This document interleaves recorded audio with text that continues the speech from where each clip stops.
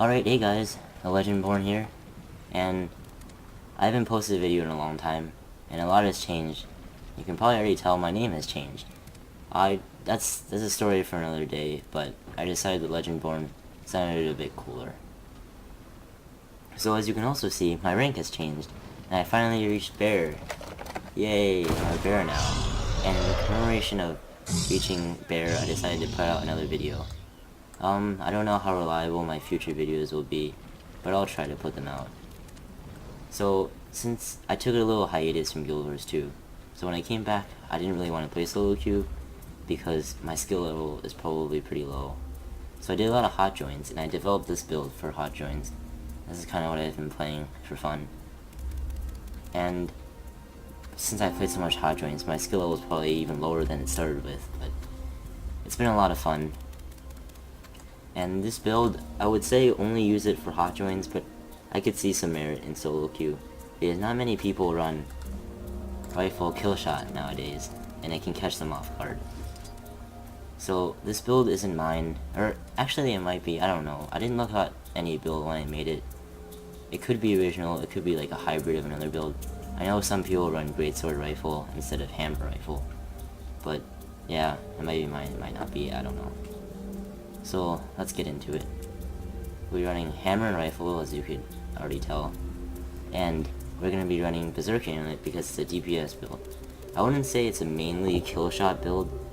I would say that the DPS is split between 50-50 between the hammer and the rifle, but it's not mainly a kill shot build.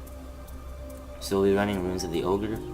I originally started with strength, but I found that Ogre was a bit more reliable and powerful, because the Rock Dog, since you die so rarely with this build in Hotjoins, the Rock Dog stays with you practically the whole game, and it's really strong. But you could try strength. You could also try Travelers, because something I found is that this build seldom has swiftness on it, and you can't really get to points fast, unless you want to waste a balanced stance or a Signet of Rage. But I would suggest Ogre. If you like Traveler for the extra speed, you could go for that too. So for Sigil, we're doing Sigil of Doom, because poison is really powerful in this game, and you're going to want poison as much as possible. With this, you'll essentially be having 3 seconds downtime of poison, which is really strong. Only if you time it right, however. So this, you can Sigil of Impact. You can change this out for anything you want, but I like it because it gives you a little extra DPS with your combo chain. I tried Hydromancy at first, but it was kind of pointless because every time I switched to Hammer, I would engage in my CC combo, and the chill would just be pointless. I also ran Generosity, but I'll talk about that later. It's not really necessary because we're running Cleansing Ire. So on our rifle, we'll be running Intelligence for when we swap over to the kill shot, or if not, we'll gain some extra DPS off the volley, which is always good. Sigil of Air, you can switch this out for anything. I tried Sigil of Impact, but it wasn't that, the damage increase wasn't that notable because I was coming out from my CC chain into my volley or kill shot. But I decided to stick with Air because it was a bit more reliable, and the DPS boost is pretty good in general. So let's go on to traits. We'll be running 02606. So you could take out 2 in arms and put them 2 in strength for Great Fortitude, for extra 2k bonus in Vitality, but I find in Hotjoin specifically, it's not really necessary. So I like Crack Shot instead because it pierces your rifle skills, which in more cases than you would imagine would help because the kill shot just flies through everything, your volley flies through everything, and it's really good in those 2v1, 3v1 situations. And Hotjoins where the player's skill levels are lower than you expect, this build can 3v1, 2v1 people, which is always satisfying and fun. So 6 in defense. We'll be running Defy Pain, but since this build, I don't usually find myself having this being procced, but when it does proc, you get that extra 6 vigor, and you get that damage mitigation, which is really useful. Next, we'll be running Cleansing Ire, because this build has such low Condi cleanses, except for maybe Berserker Stance, but that's not a cleanse. It's a Condi mitigation. So that's what I was talking about before, the Generosity. You don't really need it, I found, since you'll be bursting so much. Next, we're running with Surefooted for the extra stance. effects, which is always good. There's nothing else that you could really take. So in Discipline line, we'll be running Burst Mastery, because you'll be bursting a lot between Earthshaker and Killshot. They're both really strong for this build. And those Heightened Focus isn't really useful because you're going to be bursting a lot, so. And when you sometimes you combo Earthshaker into a Killshot, and you're going to need that extra adrenaline that's left over from this trait. Next, Destruction of the Empowered. I find in PvP especially, this trait plays its part, because there are a lot of builds out there, such as NG's, bringing that passive Elixir B trait, and just immediately gives them 4 or 5 boons, and you can just, you get a 12% increased damage, essentially, which is always really good. I guess, in return, you could take this out for Warrior Sprint, but I find in Hotjoins, in those 2v1, 3v1 situations, this really plays its part. Next we'll be running Vigorous Focus, because this build is DPS, it's kind of squishy. You're gonna need as many dodges as you can get, so that extra 18 to 24 from your Defy Pain really helps, and it gives you a lot more dodges, so you can play it a bit more safe. So that covers the build in general. Then we can look at utility skills. So for healing, we'll be running Healing Signet, because it's the strongest healing skill. I mean, you could try something else like the Healing Surge into Killshot, but I don't think it's very useful. Oh, I don't know why that's there. Right. So you could switch Endure Pain out for Frenzy if you want, but I personally like Endure Pain.